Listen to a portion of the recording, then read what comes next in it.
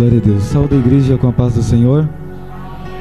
Motivo de alegria para mim mais uma vez estar aqui com os irmãos. Confesso que senti saudade, faz pouco tempo que eu estive retornando para minha cidade, mas senti saudade de alguns irmãos, senti saudade da igreja e até mesmo desejei estar aqui. E eu até comentei com o pastor Robson que a gente estava conversando no WhatsApp e eu estava digitando saudade do pessoal aí, daqui uns dias estou querendo ir para aí fazer uma visita. E aí, antes de eu terminar de digitar, ele me mandou o convite para estar aqui com os irmãos, o que me alegrou muito.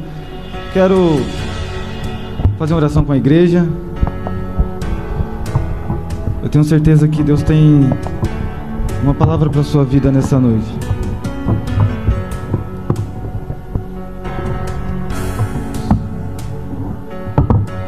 O assunto que me foi proposto a estar falando com os irmãos nesta noite é sobre a santificação.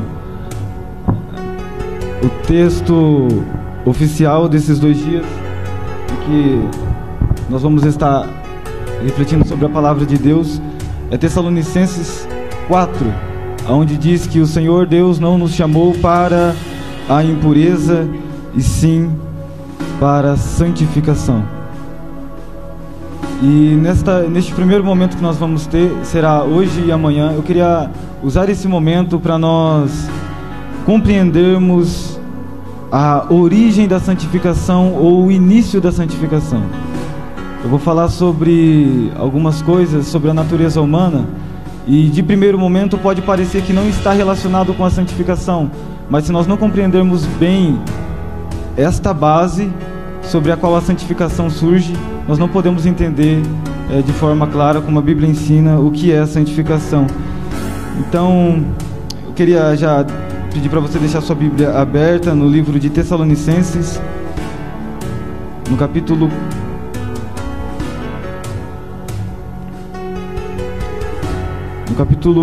1. Tessalonicenses fica depois de Colossenses.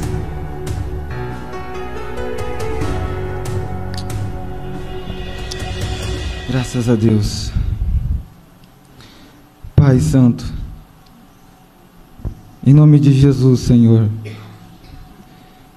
mais uma vez, Pai, nos colocamos diante da Tua face em oração, Deus. Oh, Pai, somos tão necessitados da Sua graça, Senhor, da Sua misericórdia, Deus.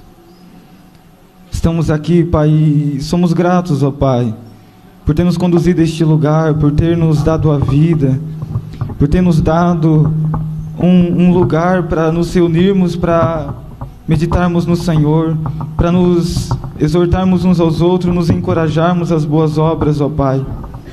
Obrigado pela Tua igreja, obrigado por este lugar, obrigado pela vida de cada irmão, de cada obreiro, de cada pessoa, Pai, que tem contribuído para que esse momento estivesse acontecendo, Pai. Ó Deus, obrigado, Pai, por cada pessoa que está aqui. Deus, perdoa os nossos pecados, as nossas falhas, Pai, somos pecadores, ó Deus. Ó Pai, embora muitas das vezes nem percebemos, ó Pai, continuamente falhamos diante do Senhor. E pedimos, ó Pai, pela Sua misericórdia, pela Sua graça, Pai. Deus, o nosso relacionamento, o nosso culto ao Senhor, ó Pai, não é baseado na nossa própria obediência, no nosso próprio merecimento, Pai, mas nós nos achegamos a Ti, em nome de Jesus, Pai. Aquele que levou sobre si os nossos pecados, aquele que pelo Seu sangue nos comprou para o Senhor, ó Pai. E por isso nós Te pedimos, ó Deus, que o Senhor se manifeste sobre nós, ó Deus, através da Tua palavra, através, ó Deus, da mensagem eterna do Senhor, ó Pai, do Teu plano glorioso de salvação, a qual o Senhor constituiu, ó Pai, um povo para a Sua glória, para viver em santificação, Senhor. Apesar, ó Deus, de nós, opera, Senhor, para a Sua glória, Pai. Usa, Senhor, a minha pequena pessoa, Pai, para expressar a Tua palavra. Ó Pai, auxilia-nos, quebra, Senhor Deus, toda barreira, todo comichão, ó Deus, nos ouvidos que impede, ó Deus, muitas das vezes de ouvirmos a voz do Teu Espírito Santo, Pai. Ó Deus, que venhamos receber a sua palavra, assim como ela realmente é, como a palavra de Deus. Ó Pai, em nome de Jesus, nós te agradecemos, ó Deus, que possamos crescer nessa noite, Pai, para a sua glória, em santidade. Amém. Graças a Deus. Vamos ler a partir do versículo 2. Sempre damos graças a Deus por todos vocês, fazendo menção de vocês em nossas orações, sem cessar, lembrando-nos diante do nosso Deus e Pai, da operosidade da fé que vocês têm, da dedicação do amor de vocês e da firmeza da esperança que tem em nosso Senhor Jesus Cristo. Sabemos, irmãos amados por Deus, que Ele os escolheu, porque o nosso Evangelho não chegou a vocês somente em palavra, mas também em poder, no Espírito Santo e em plena convicção. E vocês sabem muito bem qual foi o nosso modo de agir entre vocês, para o próprio bem de vocês. E vocês se tornaram nossos imitadores e do Senhor, recebendo a palavra com alegria que vem do Espírito Santo, apesar dos muitos sofrimentos. Assim, vocês se tornaram modelo para todos os crentes na Macedônia e na Acaia, porque a partir de vocês a palavra do Senhor repercutiu, não só na Macedônia e na Acaia, mas a fé que vocês têm em Deus repercutiu em todos os lugares, a ponto de não termos necessidade de dizer mais nada a respeito disto. Porque no que se refere a nós, as pessoas desses lugares falam como foi a nossa chegada no meio de vocês e como, deixando os ídolos, vocês se converteram a Deus para servir o Deus vivo e verdadeiro e para aguardar dos céus o seu Filho, a quem Ele ressuscitou dentre os mortos, a saber, Jesus, que nos livra da ira vindoura. Podem se assentar?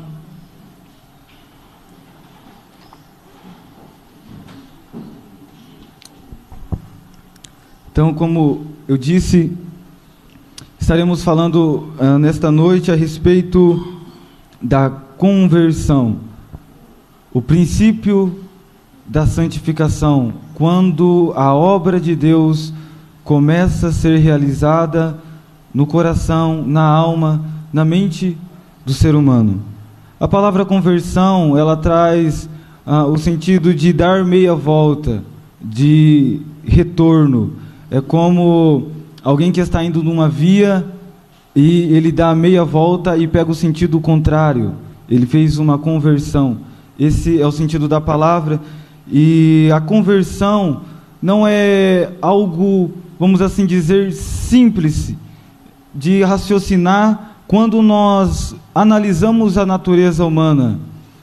Porque dar meia volta ou mudar de direção, voltar-se, mudar de caminho para uma criatura que tem a sua natureza completamente inclinada para uma direção específica, é algo que parece de primeira mão ser contraditório, mas através da graça de Deus, o Espírito Santo leva as pessoas à conversão.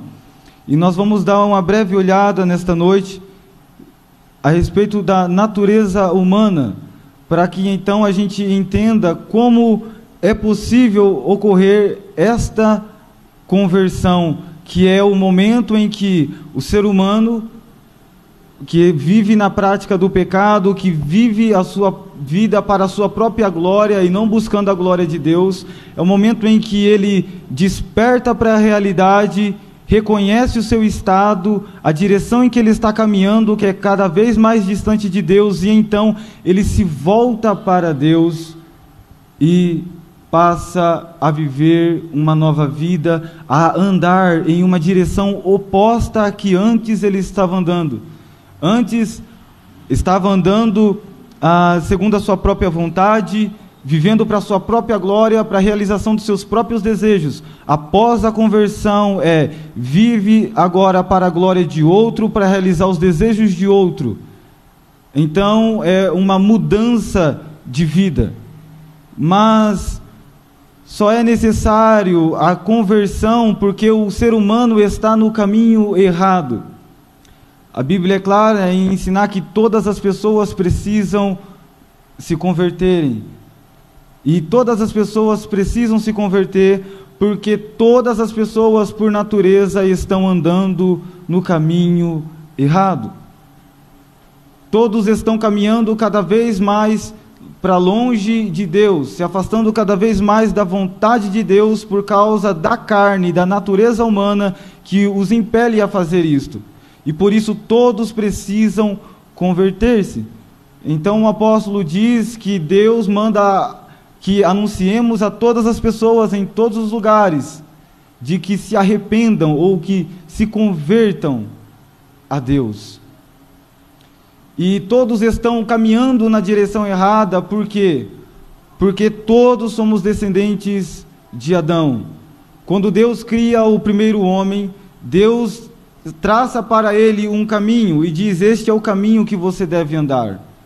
Um caminho de obediência, um caminho de relacionamento amigável, amoroso com Deus. O homem deveria viver para a glória do seu Criador, amando, servindo, adorando Ele na beleza da sua santidade, e o Criador faria tudo cooperar para o bem do ser humano. Em outras palavras, o homem deveria viver a sua vida completamente entregue e para a glória de Deus, enquanto Deus cuidaria de tudo aquilo que ele precisava e concederia tudo aquilo que ele necessitava. Mas nós sabemos que Adão, ele toma o caminho errado. Através da sua decisão, juntamente com Eva, eles desobedecem ao Senhor. Ou seja, eles saem do caminho ao qual Deus os tinha colocado para viver.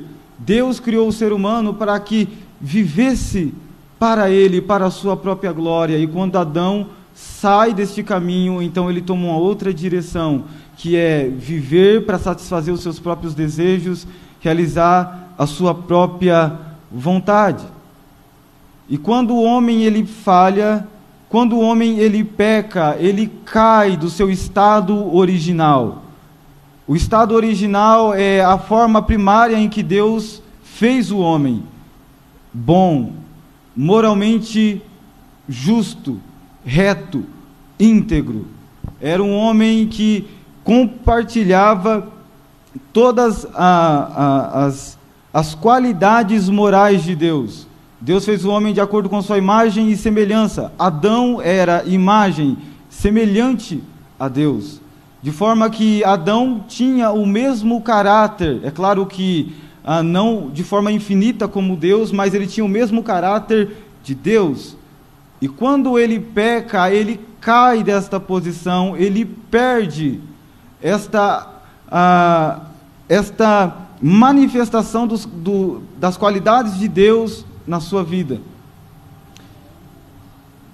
A glória de Deus, que é a expressão daquilo que Deus é, estava sobre Adão. E quando Adão e Eva pecam, eles são separados da glória de Deus, ou seja, da manifestação da natureza de Deus neles. Eles são separados da glória de Deus. Romanos 3:23 diz que todos pecaram e separados, destituídos estão da glória de Deus. E uma vez que o homem foi separado da glória de Deus, uma vez que o homem foi separado da natureza divina, uma vez que o homem perdeu a sua posição original, ele se tornou uma criatura depravada, corrompida, com a sua natureza manchada pelo pecado. Isso significa que Embora tendo sido criado perfeitamente justo, reto, íntegro, bondoso, amoroso, o homem caiu desta posição e se tornou mau. A sua natureza sofreu a queda, de forma que ele se tornou mal.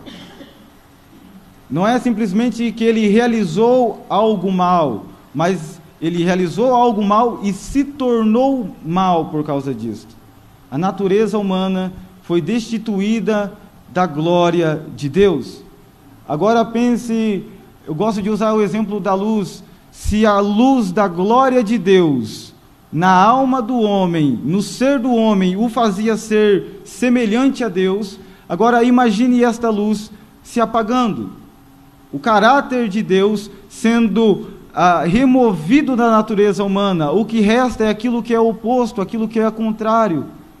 Ou seja, trevas. Da mesma forma, Deus sendo a fonte de tudo aquilo que é bom, quando Adão é separado da glória de Deus, ele é separado da essência, da natureza de Deus. E sendo separado daquilo que é bom, ele se torna o oposto. Assim como quando a luz se apaga, fica escuro. Quando a glória de Deus, que é a manifestação do caráter de Deus, é manchada, é em parte perdida por causa do pecado de Adão, então ele se torna aquilo que é contrário. E aí surge essa natureza humana, inclinada para o pecado, inclinada para as coisas erradas, lá no Jardim do Éden, quando Adão e Eva pecam contra o Senhor. E em Gálatas nós vamos ler no capítulo 5 a respeito de duas naturezas. Lá fala sobre os frutos do Espírito. O que é os frutos do Espírito? É a manifestação de Deus na alma do homem. Então ele produz amor, paz, alegria, esperança, temperança, domínio próprio, mansidão e várias qualidades, tudo aquilo que é bom. Mas nós lemos lá também a respeito da natureza da carne. Carne é natureza humana. E lá está descrito para nós uma lista, se não me engano, com 19 tipos de coisas ruins, 19 tipos de pecados, de perversões, de defeitos que a natureza humana possui. Quando a glória de Deus é perdida na natureza humana, então a natureza humana se torna oposta. E quando ela se torna oposta à natureza de Deus, significa que ela passou agora a ser inclinada para as coisas que são contrárias a Deus. No versículo 16, Gálatas 15, diz assim, versículo 17, porque a carne, ou seja, a natureza humana, luta contra o Espírito, natureza divina, Deus. A natureza humana luta contra a natureza de Deus, são opostas. E o Espírito luta contra a carne, porque são opostos entre si. Então, a partir deste momento, o homem, a partir do momento da queda, o homem já não é mais um com Deus, não compartilham de uma mesma natureza, mas agora o homem passou a possuir uma outra natureza, que é completamente oposta à natureza de Deus. E essa natureza oposta à natureza de Deus, ela é inclinada à desobediência, a tudo aquilo que é ruim, a tudo aquilo que é desagradável a Deus e à sua natureza, e são como a imoralidade sexual, versículo 19 do mesmo capítulo, impureza, libertinagem, idolatria, feitiçaria, inimizade, rixas, ciúmes, bebedeiras, orgias e coisas semelhantes a estas. Todas essas coisas que eu citei agora são produzidas pela natureza humana. A natureza humana produz estas coisas. Não é que a natureza humana simplesmente absorve estas coisas, mas ela produz, sai de dentro.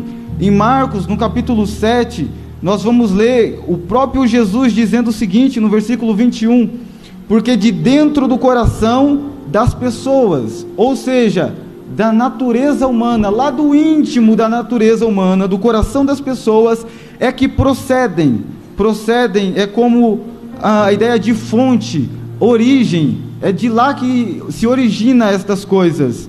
os maus pensamentos, as imoralidades sexuais, os furtos, os homicídios, os adultérios, a avareza, a maldade, o engano, a libertinagem, a inveja, a blasfêmia, o orgulho, a falta de juízo. Todos estes males vêm de dentro e contaminam a pessoa. A partir do momento em que o homem caiu no pecado, ele se tornou oposto à natureza de Deus. Portanto, se tornou mal. E essa natureza caída no pecado, corrompida, manchada, essa natureza que agora é uma fonte de defeitos, de ações que são contrárias à vontade de Deus, foi transmitida a toda a sua descendência. Um animal, por exemplo, vamos usar aqui um cachorro, ele não vai procriar um gato ou um rato, mas a reprodução natural produz seres da mesma espécie, compartilhando da mesma natureza, de uma forma mais, vamos dizer, bruta, para tentar entender aquilo que a Bíblia nos ensina sobre a natureza humana. Desta mesma maneira, a relação entre Adão e Eva, a reprodução deles, a procriação deles, gerou filhos semelhantes a eles. Em Gênesis, no capítulo 5, se não me falha a memória, nós vamos ler que Deus fez Adão segundo a sua imagem e semelhança. Mas depois você vai ler assim: e Adão teve um filho segundo a sua imagem e semelhança. Não é mais segundo a imagem e semelhança de Deus, simplesmente, mas é também imagem e semelhança de Adão. Ou seja, herdou as mesmas características, as mesmas inclinações da natureza de Adão. E é por isso que todos pecaram. Romanos, no capítulo 5, o versículo 12, diz assim, que por causa do pecado de um só homem, a morte veio ao mundo, e pela morte, e a morte passou a todos os homens, por isso que todos pecaram. Romanos 5, 12. Portanto, assim como por um só homem entrou o pecado no mundo, e pelo pecado veio a morte, assim também a morte passou a toda a humanidade, porque todos pecaram.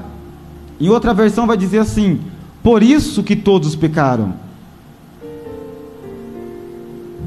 Por causa do pecado entrou a morte, a separação do homem de Deus. A natureza humana caiu em um estado de morte espiritual. A morte passou a todos os seres humanos, e é por isso que todos os seres humanos pecam. O ser humano peca, ele é pecador não simplesmente porque peca, mas ele peca porque ele já nasceu pecador. Em Salmo 51, o versículo 5, diz assim: eis que em pecado eu fui formado, e em iniquidade me concebeu a minha mãe. O salmista Davi nos ensina que a criança ainda no ventre da mãe, quando ela está sendo gerada, nunca respirou, vamos assim dizer aqui do lado de fora, nunca teve as suas faculdades desenvolvidas, mas nela já está a natureza do pecado. Embora ela nunca cometeu pecado, mas a sua natureza já é pecaminosa, de forma que quando ela se desenvolver, assim que ela começar a falar, andar, pensar, raciocinar, assim também ela vai começar a pecar, porque a natureza do ser humano é inclinada para o pecado desde a sua infância. Para confirmar isso, eu sei que isso às vezes é estranho de ouvir, mas lá em Gênesis, no capítulo 6, está escrito, no versículo 5: o Senhor viu que a maldade das pessoas havia se multiplicado na terra, e que todo o desígnio do coração delas era continuamente mau. Então o Senhor ficou triste por haver feito o ser humano na terra, e lhe pesou o coração. Agora leia comigo no capítulo 8 e o versículo 21. E o Senhor aspirou o aroma agradável e disse consigo mesmo: nunca mais vou amaldiçoar a terra por causa das pessoas, porque é mal. Preste atenção nessa frase. Porque é mau o desígnio íntimo do ser humano desde a sua mocidade. Em outras traduções vai dizer desde a sua meninice, e em outra vai dizer desde a sua infância. É mau o desígnio íntimo do coração do ser humano desde a sua infância. E é por isso que todos pecaram, porque todos os seres humanos, todos nós, nascemos, herdamos esta natureza que é oposta à natureza de Deus. De maneira que o ciclo natural do ser humano não é inclinar-se para a santidade, não é buscar a santificação, mas a inclinação natural do ser humano é buscar pecado e mais pecado. Porque é a estas coisas que a sua natureza se inclina.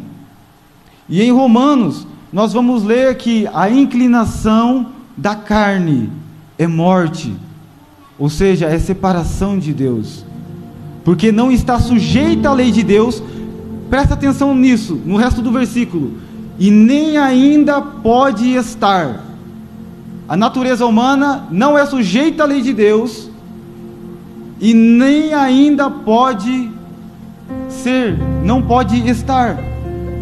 Ela não somente é contrária à lei de Deus, mas ela não pode se submeter à lei, porque a carne se rebela, é um princípio, o pecado é um princípio de rebelião na natureza humana que leva a ele a se rebelar contra a lei, de forma que a Bíblia chega a usar a expressão que a lei é aquilo que até mesmo dá força para o pecado, porque a força do pecado é a lei. Está escrito em Coríntios. Não adianta pôr diante do ser humano não faça isso, porque se não faça isso, só vai servir para despertar a sua natureza para fazer aquilo. De forma que Paulo disse que eu não teria conhecido o pecado senão pela lei. Porque quando a lei diz para que eu não cobiçasse, então despertou em mim o pecado. A natureza humana, ela é oposta a Deus. A Bíblia usa a expressão de morte espiritual. Morte espiritual significa que o ser humano, por natureza, ele é incapacitado de relacionar-se com o Deus que é espírito e que é vivo. Efésios, capítulo 5, capítulo 2, vai nos dizer o seguinte: Ele vos deu vida quando vocês estavam mortos em suas transgressões. Mortos, aqui não está falando de morte física. Paulo está relatando aqui para os irmãos o momento da existência deles. Eles estavam vivos, estavam existindo, estavam trabalhando, estavam comprando, comendo, casando, vivendo a vida natural. Mas o apóstolo Paulo diz: quando vocês estavam mortos, vocês estavam vivos sim, mas vocês estavam mortos em suas transgressões e pecados, nos quais vocês andaram no outro tempo, segundo o curso deste mundo, segundo o príncipe da potestade do ar, do espírito que agora atua nos filhos da desobediência. Entre eles também nós todos andamos no passado, segundo as inclinações da nossa carne, ou segundo as inclinações da nossa natureza, fazendo a vontade da carne, da nossa natureza e dos pensamentos. Olha o resto desse versículo: e éramos por natureza filhos da ira, como também os demais. Por natureza filhos da ira. Por que filhos da ira? Porque Romanos diz que o pecado praticado pelo ser humano provoca a ira de Deus, e a ira de Deus se manifesta do céu contra o pecado do ser humano. E o ser humano, sendo pecador por natureza, ele é por natureza filho da ira, não filho de Deus, filho da ira de Deus contra o pecado. Nesse texto nós lemos duas expressões: filhos da desobediência e filhos da ira.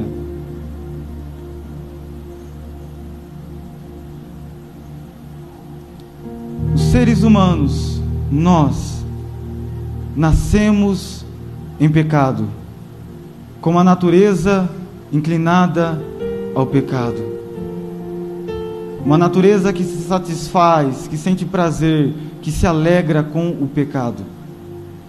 E é por isso que o homem vive escravizado na prática do pecado. E este é o ciclo natural do ser humano.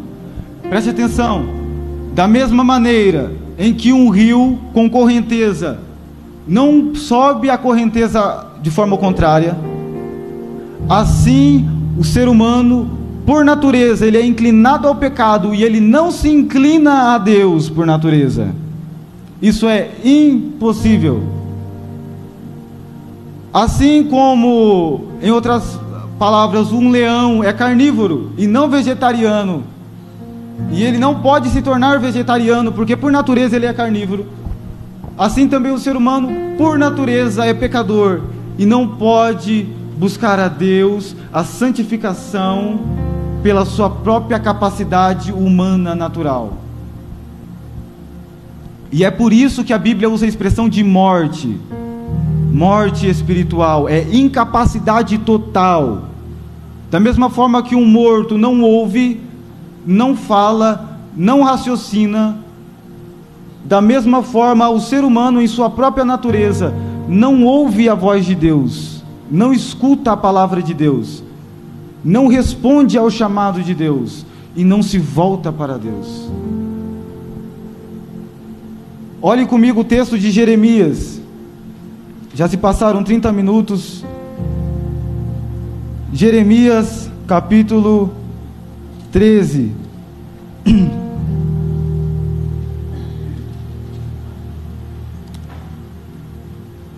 O versículo 23. Será que o etíope, que é o homem da região da África, o homem negro da época passada, será que o etíope pode mudar a sua pele? Ou o leopardo, que é um animal semelhante a onça pintada, as suas manchas? Será que o homem negro pode mudar a cor da sua pele, ou o leopardo mudar as suas manchas? Se fosse possível, também vocês poderiam fazer o bem, estando acostumados a fazer o mal.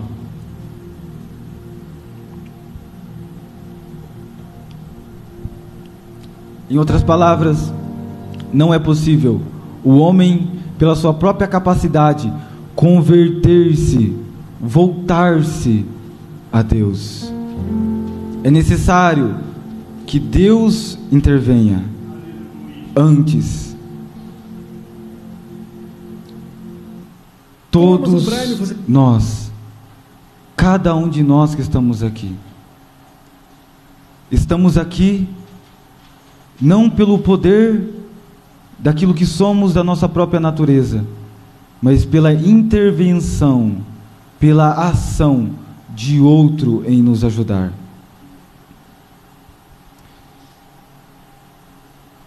Romanos capítulo 7 diz o seguinte, versículo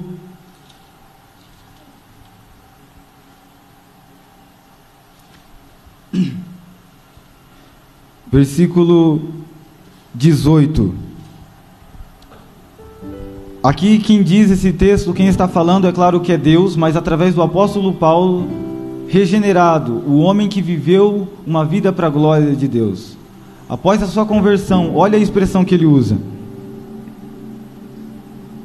porque eu sei que em mim, isto é, na minha carne, na minha natureza humana, não habita bem nenhum.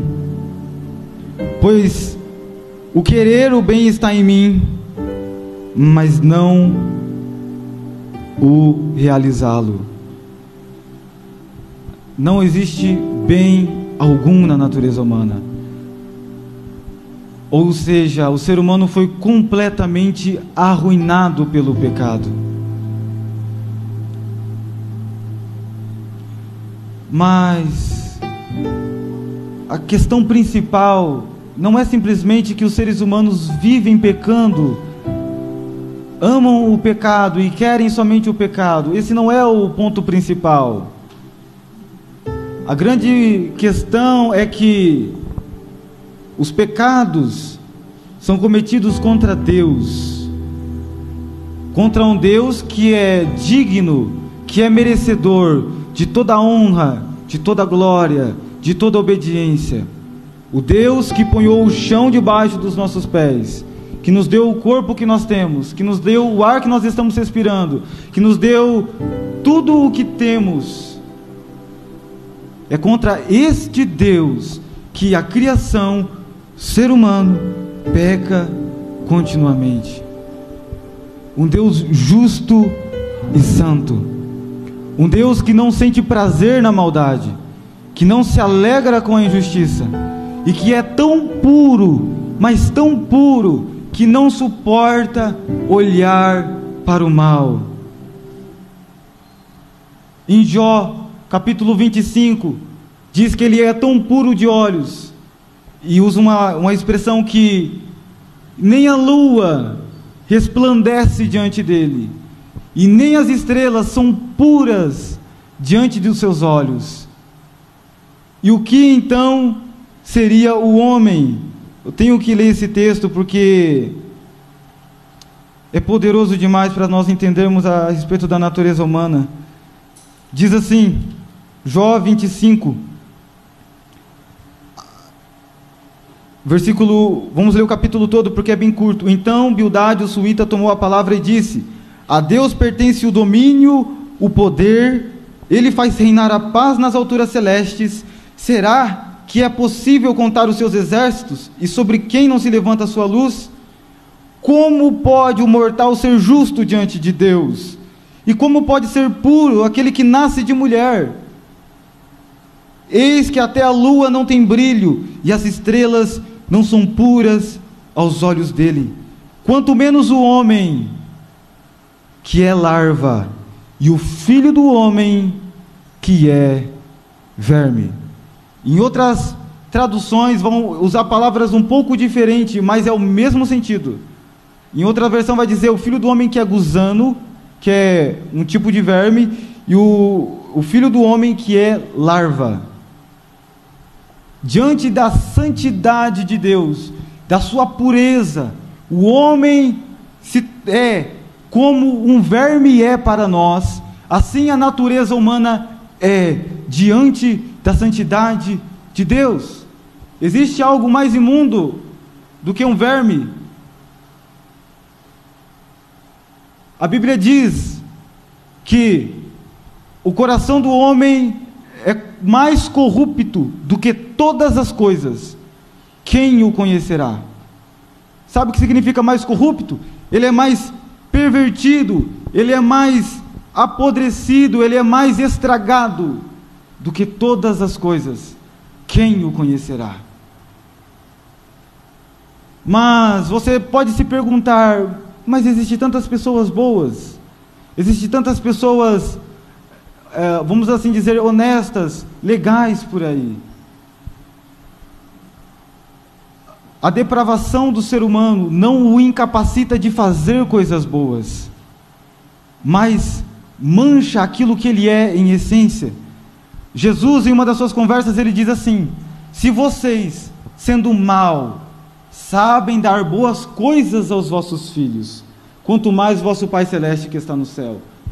Mesmo sendo maus, sabem dar boas coisas aos vossos filhos.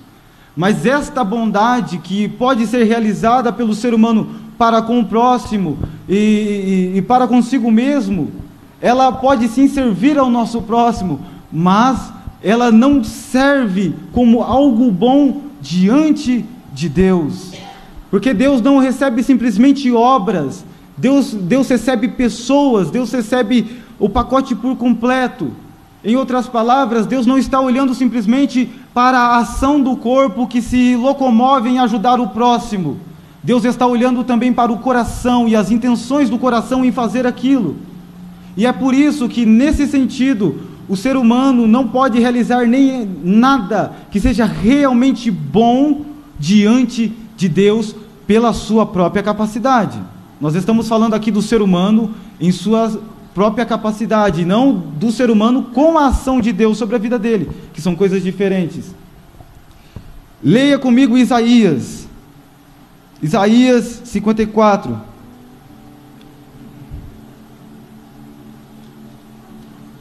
Isaías, o capítulo 54.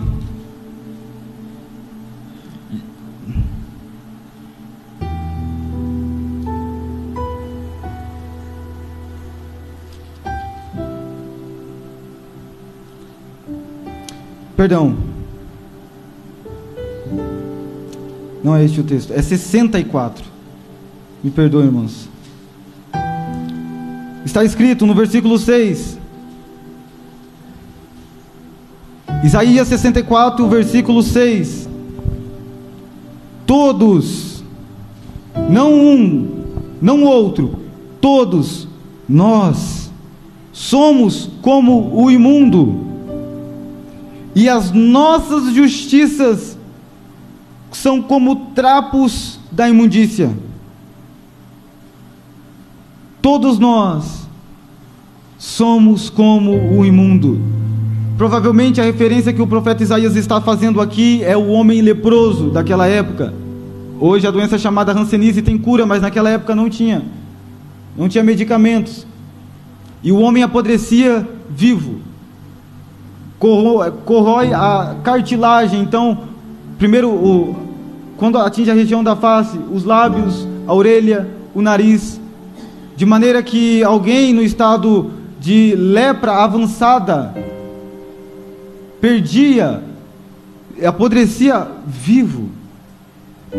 Essa doença corroía o homem e o inflamava, de forma que ele se tornava todo cheio de feridas, e ele apodrecia, e até a morte. E das suas feridas, a mesma que Jó experimentou, minava sangue, água e pus. Diz um certo evangelista que foi em uma aldeia onde tinha uma aldeia que era de pessoas com este problema, e que de longe, de distâncias, podia se sentir o cheiro de coisa podre, de tão terrível que é o estado da pessoa nesta doença. E o profeta diz: todos nós somos como o imundo, estamos vivos, mas podres, e todas as nossas justiças são como trapos da imundície. O trapo é a gasa, é um pano limpo, é um pano bom, é um pano limpinho. Essas são as boas obras do ser humano em sua natureza, antes de ter um novo nascimento, antes de ter um encontro com a graça de Deus. As boas obras são como um pano limpo. Essas boas obras, como um pano limpo, são enroladas em faixa as feridas do leproso.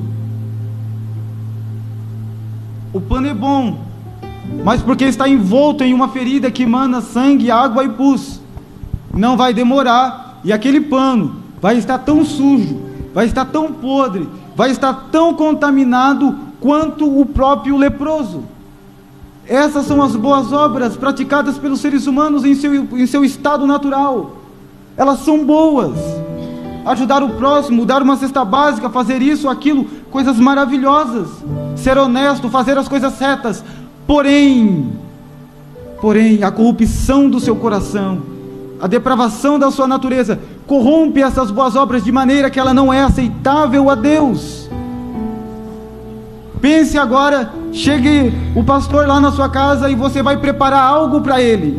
Você está com suas mãos todas sujas, imundas, e você vai preparar um bolo para o pastor se alimentar na sua casa.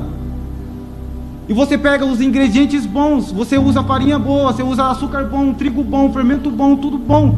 porém as tuas mãos estão sujas. E quando você terminar o bolo, você vai falar: coma. E se ele estiver em perfeito juízo, é óbvio que ele não vai comer. Mas o problema não está no ingrediente, não está nas boas obras, está em quem somos por natureza. E isto corrompe aquilo que fazemos. De maneira que a Bíblia ensina não simplesmente que o homem pecou, mas que o homem somente pecou durante toda a sua vida. Existe um texto que diz que até mesmo a lavoura dos ímpios é pecado. Plantar, existe algo mais agradável do que plantar, do que trabalhar? Até mesmo a lavoura dos ímpios é pecado. Por quê? Porque estão envolvidas no pecado.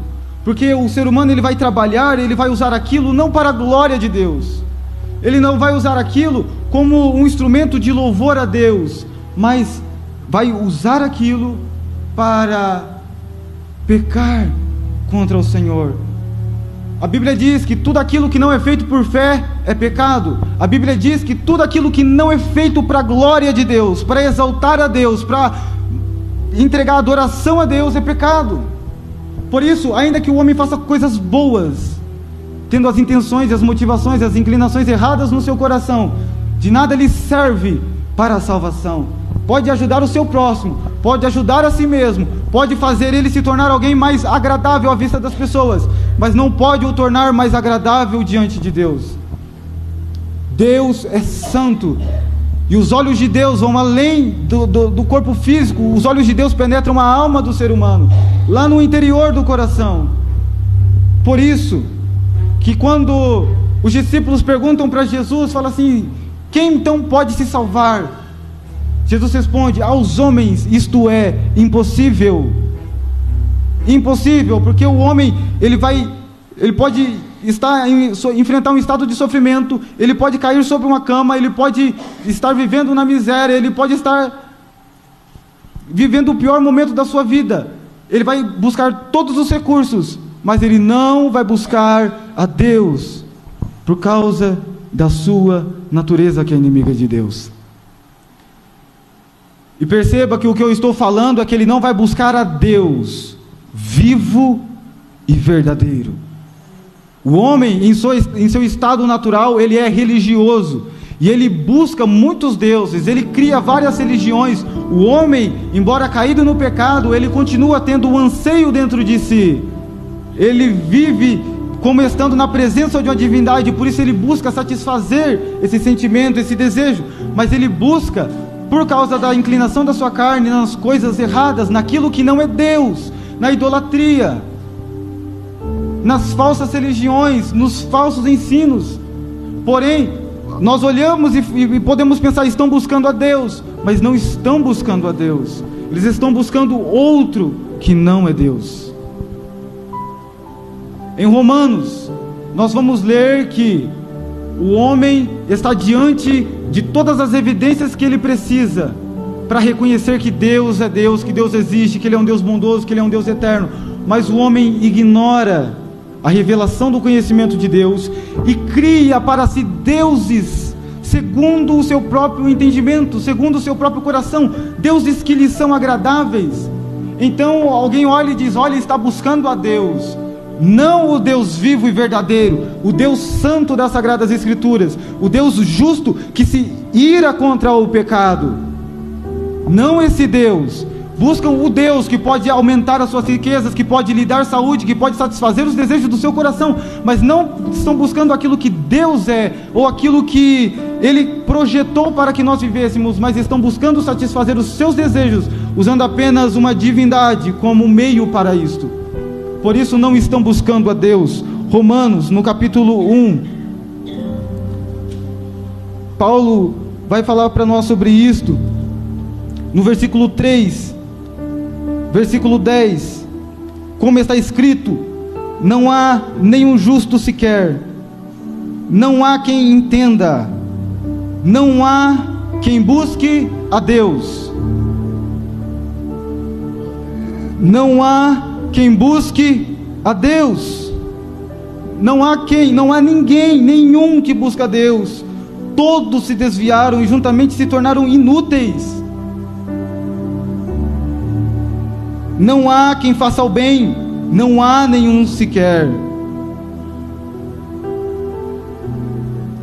E é esse o relato bíblico a respeito da condição humana por natureza. Não tem nada de esperança na natureza humana.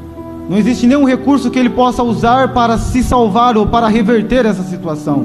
O homem está morto. Um morto não pode fazer nada por si mesmo. E esse é o estado natural de todos os seres humanos desde o ventre. Portanto, assim como a água não pode subir, não pode correr no sentido contrário à correnteza, e o leão, que é carnívoro, não se torna vegetariano sem a intervenção de Deus, assim o ser humano também não. Porém, para Deus tudo é possível. O grande mistério, a grande glória da conversão não está na decisão humana, não está no comportamento do ser humano, mas na ação do Deus que é todo-poderoso, que é capaz de fazer as águas do mar se enfileirarem e deixar um túnel, como naquela época em que os israelitas cruzaram o Mar Vermelho. Ele sim tem poder sobrenatural para fazer com que a natureza ande ou ocorra no sentido contrário ao natural. É desse Deus, e nada menos do que esse Deus, que o ser humano precisa para ter o seu estado de morte espiritual revertido. Caso contrário, ele vai continuar correndo para o pecado, e quando estiver diante do trono de Deus, e quando sofrer a condenação eterna do inferno, no inferno permanecerá no seu pecado, porque é aquilo que ele é aquilo que ele gosta. Porém Deus, sendo um Deus misericordioso, um Deus bondoso, um Deus que, embora sendo santo e não suportando olhar para o mal, um Deus que diante da presença dele somos como vermes, esse Deus usou de misericórdia. O que é misericórdia? Misericórdia, nem todas as pessoas concordam, porque são termos difíceis, mas dizem que misericórdia é o ato de Deus não conceder ao homem aquilo que ele merece. O que o homem merece? Punição. Mas Deus concede misericórdia, ou seja, Deus não dá aquilo que ele merece, mas Deus também concede a sua graça, que é ao contrário agora, é dar aquilo que ele não merece. Deus, em sua graça, dá aquilo que o homem não merece, e em sua misericórdia, ele não dá aquilo que o homem merece receber. Deus, em sua rica misericórdia, por causa do seu muito amor com que nos amou, estando nós mortos em nossas ofensas e pecados, nos vivificou, nos deu vida. Eu estou lendo Efésios 2, versículo 5. Nos deu vida juntamente com Cristo. Pela graça vocês são salvos, e juntamente com Ele nos ressuscitou. Ele nos fez assentar nas regiões celestiais em Cristo Jesus. Deus nos deu vida. Estando nós mortos, Deus nos deu vida. Ele nos deu vida como? Nos ressuscitando juntamente com Cristo. Quando Cristo vai à cruz, o horário está se encerrando. Quando Cristo vai à cruz, Ele vai à cruz por causa dos nossos pecados, para tratar os nossos pecados diante de Deus. A ira de Deus exige a punição do pecado, e Ele vai lá na cruz em nosso lugar e recebe a punição da ira, da justiça santa de Deus contra o nosso pecado em si mesmo. Lá na cruz, por assim dizer, Deus estava usando de misericórdia. Deus não estava dando aquilo que nós merecíamos, mas estava dando isso a Jesus Cristo, a punição dos nossos pecados. E Ele sofre até a morte, e Ele é sepultado. Mas quando Ele ressuscita, nós somos ressuscitados juntamente com Ele, e Deus nos concede graça, nos concede vida. Por meio da fé, somos unidos a Jesus Cristo, e assim somos unidos no seu corpo, de maneira que experimentamos da morte com Ele na cruz, ou seja, os nossos pecados são punidos em Jesus Cristo, Lá em Jesus Cristo, os nossos pecados foram castigados. Mas não somente isso, também juntamente com Cristo, nós fomos ressuscitados pelo poder de Deus. De uma velha vida, desta velha natureza inimiga de Deus, para uma nova vida eterna com Deus, a qual aguarda a manifestação de Deus dos céus, trazendo salvação. Voltamos ao texto que nós lemos em Tessalonicenses. Por isso que Jesus disse assim: se alguém não nascer de novo, não pode ver o reino de Deus. Se alguém não nascer de novo, não pode entrar no reino de Deus. Porque o que o homem precisa não é de um remédio, não é de um conserto. O homem precisa nascer de novo, ele precisa de uma nova natureza. Portanto, aquele que nasce na carne, é inimigo de Deus por natureza, é inclinado ao contrário a Deus. Mas aquele que nasce do Espírito, ou seja, que nasce de Deus, esse busca a Deus. E é isto que Deus realizou em nós.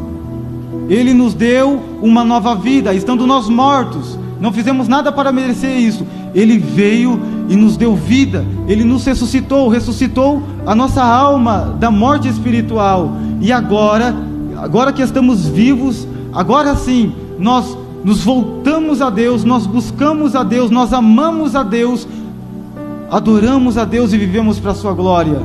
Não como resultado da nossa natureza, mas como resultado da nova vida que Ele nos deu em Cristo Jesus, pelo poder do seu Espírito Santo.